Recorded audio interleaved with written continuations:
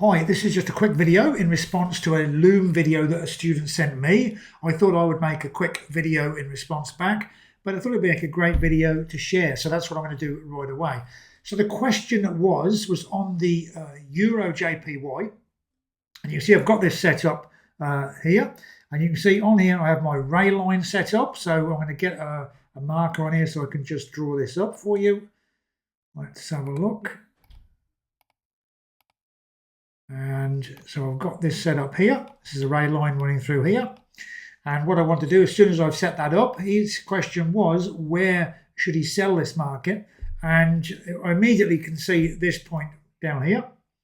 So what I want to do now is I'm going to go over to exactly what I tell you what to do. You go straight over now to the 5-minute chart, sorry, the setup with the 15 and the 5.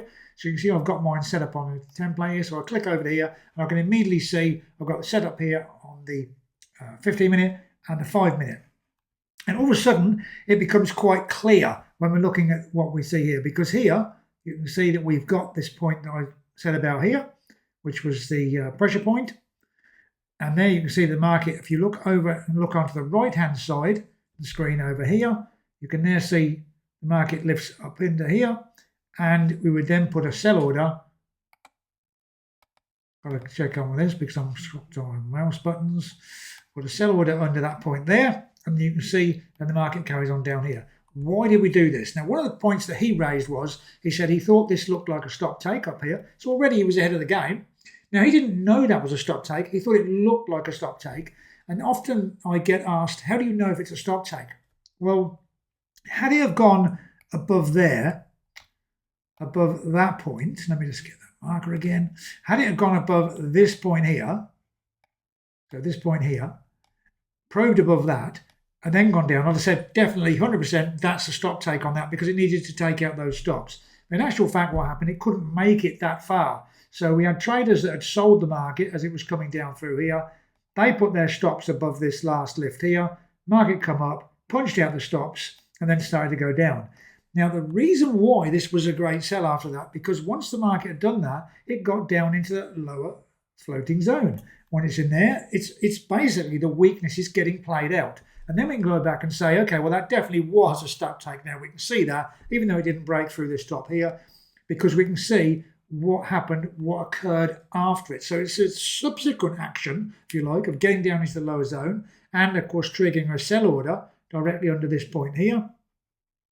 That gave it the impetus to say, okay, this is where you want to be in. Everything is set up for, and you can now see the market is nicely trending on down from here. And what I'm just going to do is turn off this and go over here to the price range, because I just want to have a look at this session over here and see what we've got so far.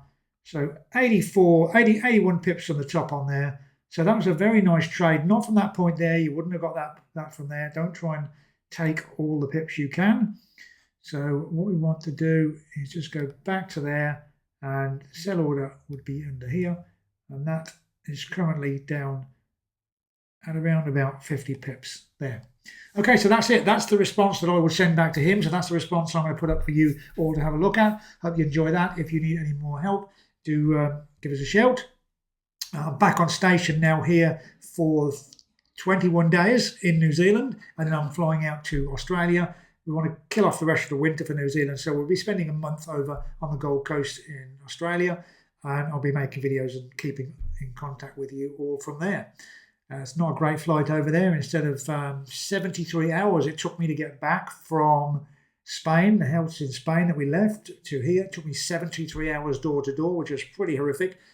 And the reason why that was because we were grounded in Istanbul, diverted to Istanbul because of the missiles going out from Israel and Iran. And I see that's still going on, so people were delayed today.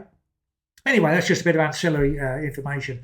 But the flight over to Australia is only 3 hours, so that's just a little hop across the pond. I'll catch up with you very soon on the next video. Take care, have a wonderful day.